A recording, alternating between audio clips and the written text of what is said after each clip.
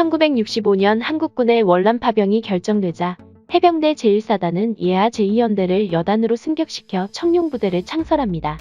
해병 제2여단 청룡부대는 베트남의 캄난과 투이호아 지역에서 작전을 실시하였고 이듬해인 1966년 8월에는 추라이 지역으로 이동하여 전술 책임 구역 내의 적을 소탕하고 지역을 평정하는 임무를 수행했습니다.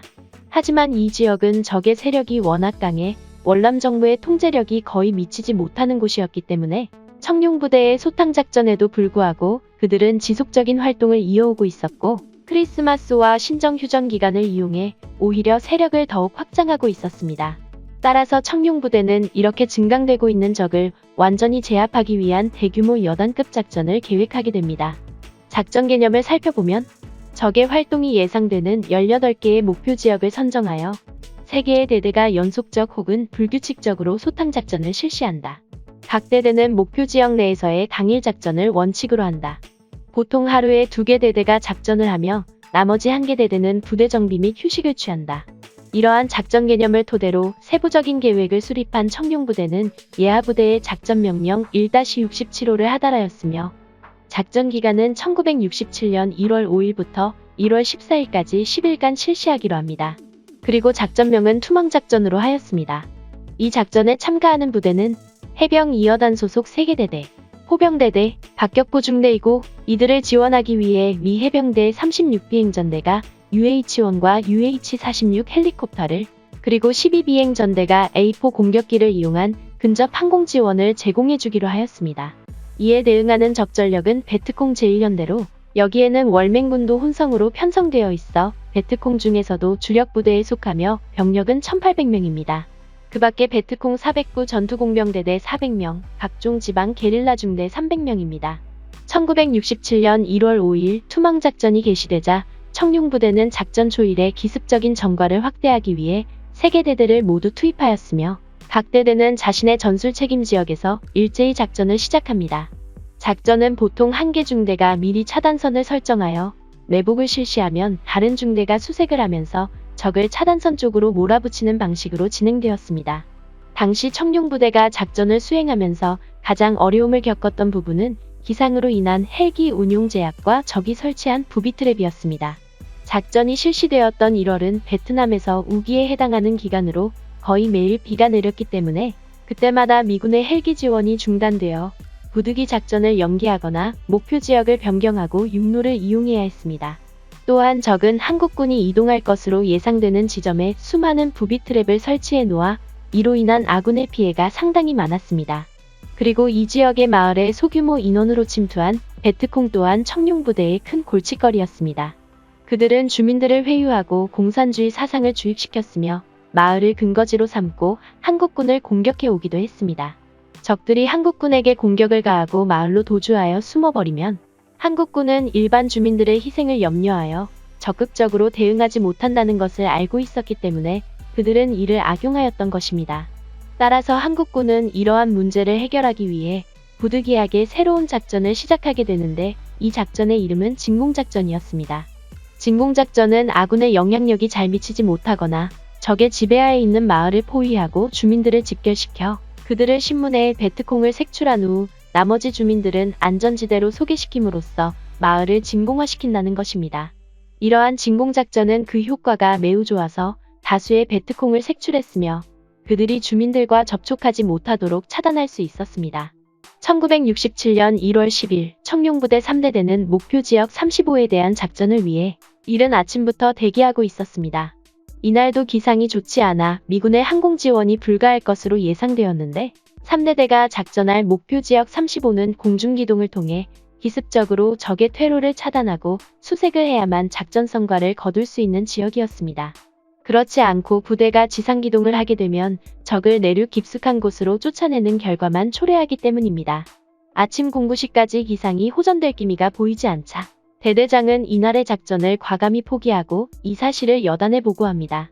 그리고 대대 참모들과 회의를 열어 대대 전술지휘소를 본래의 대대본부로 철수할지 의논하게 되는데 당시 대대 전술지휘소는 구중대 기지 내에 임시로 설치되어 있었으며 그곳의 장소가 협소하여 장교들과 병사들이 생활하기에 매우 불편했습니다.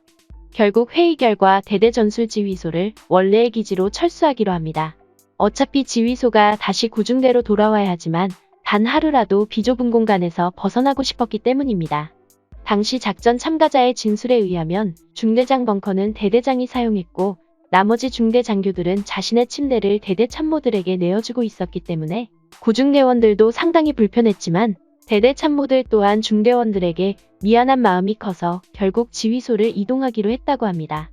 대대장은 기상 상태가 잠시 호전되자 안전한 철수를 위해 여단의 헬기를 지원해달라고 요청했지만 여단에서는 헬기 운용이 불가하니 구중대에서 하루 더 머무를 것을 권합니다. 대대장의 지속적인 헬기 요청에 거부 의사를 보내던 여단은 마지막으로 여단장이 약간 짜증 섞인 목소리로 그냥 걸어서 가 라고 무전하게 되면서 결국 헬기 지원은 없던 일이 되었습니다. 따라서 대대장은 지휘소를 도보로 이동하여 철수하기로 합니다. 결국 이날의 지휘소 철수는 작전상 전술적인 필요에 의해서라기보다는 부대원 생활의 불편함을 조금이나마 해소하기 위한 목적이었습니다. 대대장이 지휘소 철수를 헬기 기동에서 도보 기동으로 결정한 데에는 나름의 이유가 있었습니다. 대대 요원들이 도보로 약 3km 거리, 40분 정도만 이동하여 526번 도로에 도착하면 그곳에서부터 차량을 이용할 수 있기 때문입니다. 그리고 부대가 이동하게 될 짜빈방 마을 지역은 아군이 완전하게 장악하고 있는 지역으로 평소에도 보급품 수송이 자주 이루어지고 있었으며 심지어는 병사 2, 3명만으로도 이동이 가능할 정도로 안전한 곳이었기 때문에 적의 매복 공격에 대한 우려가 거의 없었습니다. 1967년 1월 10일 14시 대대 본부 요원 31명이 526번 도로까지의 도보 이동을 시작했으며 이들을 호위하기 위한 경계부대로 구중대 2소대가 투입되어 전방의 2개 분대가 선두에 서고 후방의 1개 분대가 뒤따랐습니다. 당시 한국군은 아직 M16 소총을 지급받지 못하고 있었기 때문에 M1 소총과 칼빈으로 무장하고 있었고 인원의 절반을 차지하고 있던 장교들은 권총을 소지하고 있었습니다.